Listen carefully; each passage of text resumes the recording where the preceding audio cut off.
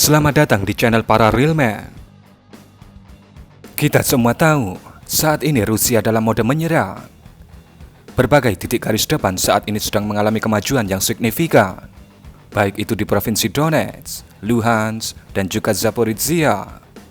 Hal ini tentu merupakan kabar yang baik bagi pasukan Rusia, dan juga kabar yang bisa meningkatkan moral pasukan Rusia yang sedang bertempur di garis depan. Tapi tentunya, hal ini bukanlah hal yang baik bagi pihak Ukraina, karena mereka saat ini mengalami kemunduran di berbagai garis depan, terutama di Provinsi Donetsk.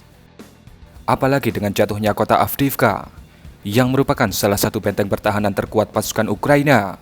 Tentu hal ini menjadi pukulan telak bagi pasukan Ukraina.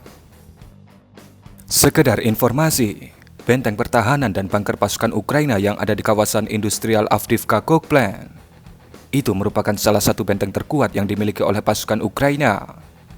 Benteng pertahanan di lokasi itu dibangun mulai tahun 2014 saat awal-awal terjadi ketegangan dengan pasukan Rusia, di mana saat itu terjadi momen lepasnya Crimea dari Ukraina dan memilih bergabung dengan Federasi Rusia.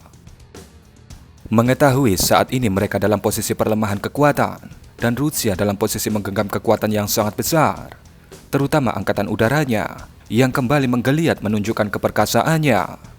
Media-media Ukraina membagikan video pembangunan parit dan bunker oleh otoritas Ukraina di sepanjang pintu masuk menuju Provinsi Kiev.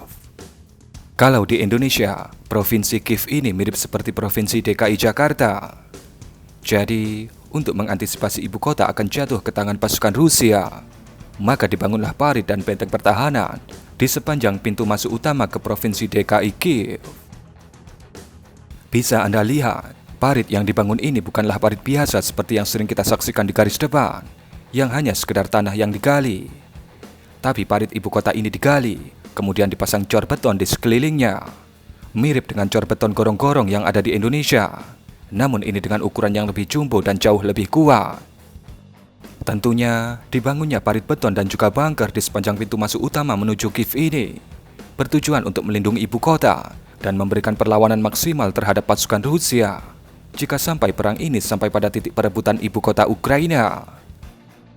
Struktur parit seperti itu memang sangat sulit ditembus jika dilakukan oleh pasukan infanteri. Pasukan kavaleri pun akan kesulitan melewati parit semacam itu, karena mereka yang ada di dalamnya akan terlindungi dengan cukup aman. Namun, walaupun terbuat dari beton yang tebal seperti itu, masih ada kekuatan udara Rusia yang siap untuk menghujani parit-parit beton itu menggunakan telur-telur FAB. Menarik untuk kita tunggu bersama, apakah perang ini akan sampai atau menyentuh parit beton ini, atau akan berakhir sebelum menyentuh parit beton ibu kota Ukraina ini. Karena di tahun lalu, Kiev berbicara mengenai bagaimana cara mereka untuk merebut kembali Crimea. Namun, di tahun ini, mereka berbicara mengenai bagaimana cara mengantisipasi serangan skala besar Rusia untuk merebut ibu kota Ukraina. Dan yang terakhir, bagaimana pendapat Anda mengenai video ini? Berikan komentar Anda.